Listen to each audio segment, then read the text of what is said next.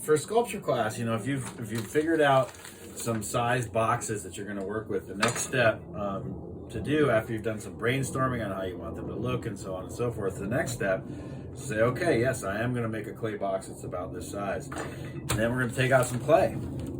And so we're going to talk about how to make some slabs that will fit nicely and efficiently into those boxes that you've chosen. All right, so I've got kind of a rough ending at the top here, but that's okay. I'm going to cut this up and start manipulating it into a slab. I'm going to want a good bit of clay.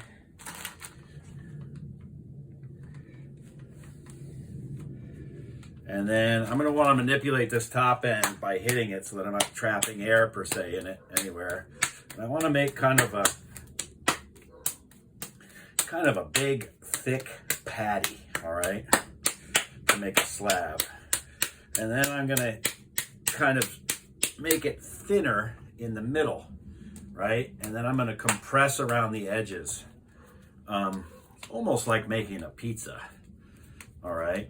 Nice and compressed. I'm kind of hitting these edges in, so the edges are nice and thick, and the middle is thin.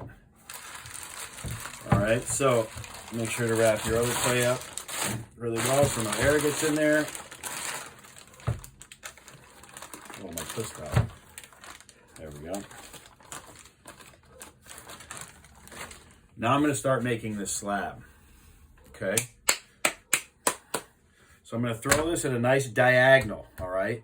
And that'll start to stretch the clay out. It'll take you a while to get good at this. It'll want to stick to the board if the board is wet. So you notice I'm kind of throwing it at a different place each time. Ooh, and look, I had an air bubble in my clay. So see, that opened up. So what I'll do is I'll try not to trap air, but I will compress that down and let the air out. So I keep throwing this. Now you can see the edges are still kind of thick. The center is staying where it is, but those thick edges are starting to stretch out. So having them stretch out is really key. Now, we don't want these things on the wall to be too heavy, but depending on what you want to do inside of your box for your wall sculpture, if you want to do a lot of heavy carving, then you might leave these slabs kind of thick. If you were less interested in that, want to add some things inside the box, maybe they'd be a little thinner.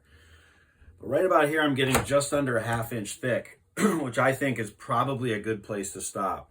Notice how I'm not picking this up with my fingers. That would put a bunch of finger marks in. I'm picking up with a nice flat hand and then throwing it out sideways. A good rule of thumb, if you can make a slab that's around the size of a sheet of paper, if you can cut a sheet of paper out of it, it's useful. That's of a useful size. So here I've got plenty of slab.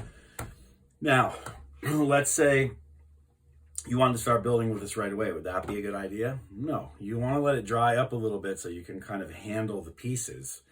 And so they're not so flimsy and then they look overworked and overtouched. So I'm going to let this sit here on this board in the shade for probably about 20 minutes. All right. And then I'm going to come back to it.